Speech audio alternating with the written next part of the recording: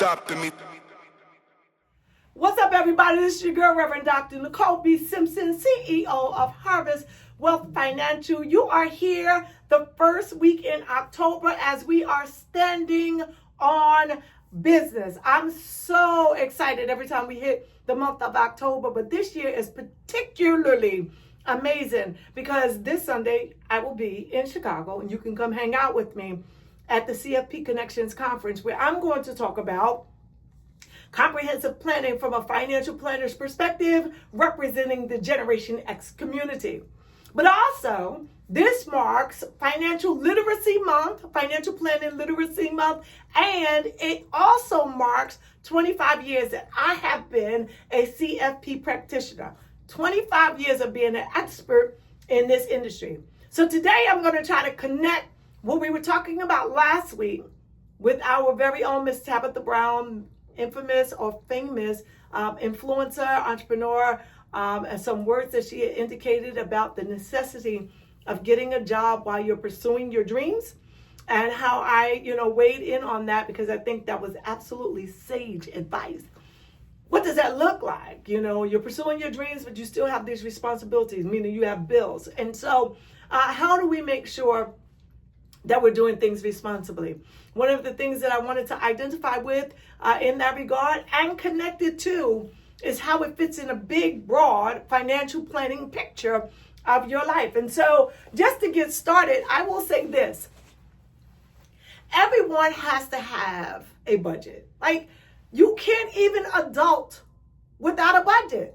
Adulting is paying bills. I'm just putting it in the nicest way so that you get it. Adulting is being responsible for you and yours and whomever it is that you're connected to in your family. And so with that comes a place to live, food on the table, clothes on your back, other essentials to navigate whatever your expenses are from day to day. If you have children, there's a component to that. And so these things become critical and they require resources in order to make that happen.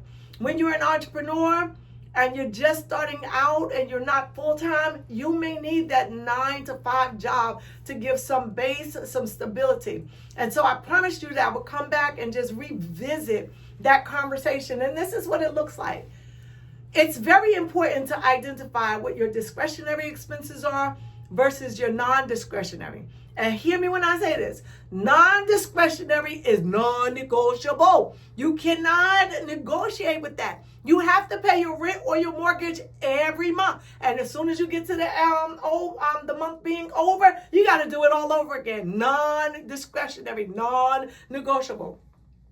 You can't just decide I'm never going to eat again. You're going to have to eat in order to take care of yourself from a healthy perspective. And so when you look at what non-negotiable and non-discretionary items are, those are the things where you got to put food on your table, you got to put clothes on your back, you got to have a place to lay your head. If you have a need to get back and forth to the job, transportation is essential. If you work from home and it's remote, you may need internet access.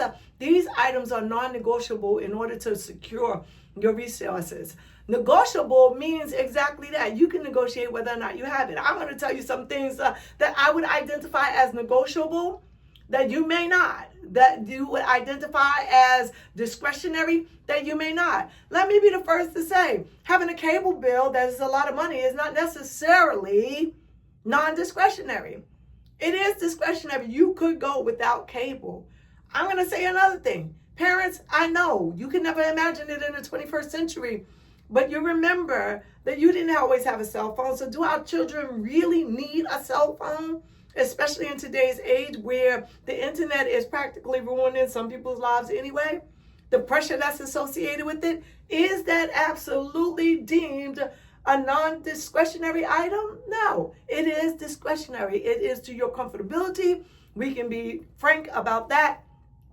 But you want to look at what is non-discretionary versus discretionary and put its level of importance and priority to each of them. I think the best way for us to be able to do that is to pull 3 months, at least a quarter of your statements. You really want to be bold. I would say 6 months, but 3 months will give you a broad picture of what expenses that you have that are regular. It shows your pattern of behavior, how you spend money, the things that may come up. The reason why you want to do 3 months or more is just in case you have something that may be on a quarterly basis, such as for those individuals that own a home, oftentimes your water bill might be quarterly, your insurance may be quarterly, and so you don't want to forget or neglect those items that are there.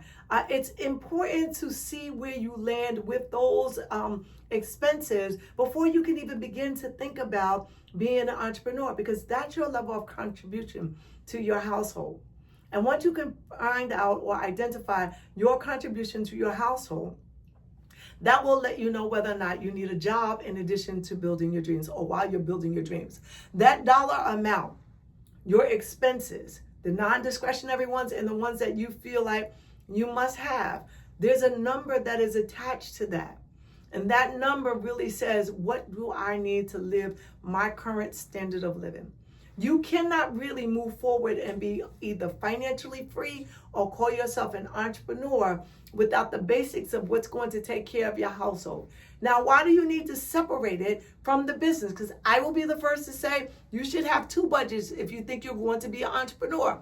You need the household budgets, your personal expenses, the things that will ensure that you absolutely will not fall through the cracks if your business goes under. You will still be able to eat. You will still be able to lay your head down at nighttime. And so you have to have that budget. But then you also need to have, what will it take for my business to run effectively and efficiently without jeopardizing my household? Is that really something that we have to debate about? Absolutely not. So I think the first part is to make sure you have your personal budget, the budget that keeps you married if you're married, the budget that keeps your kids happy if they're happy, the budget that keeps you with a peace of mind. Make sure you know what that looks like. So those 3, maybe 4 months of expenses, write them down, identify what is absolutely essential from month to month, know what that number is. And that's the base for your standard of living, whether your business is doing well or not.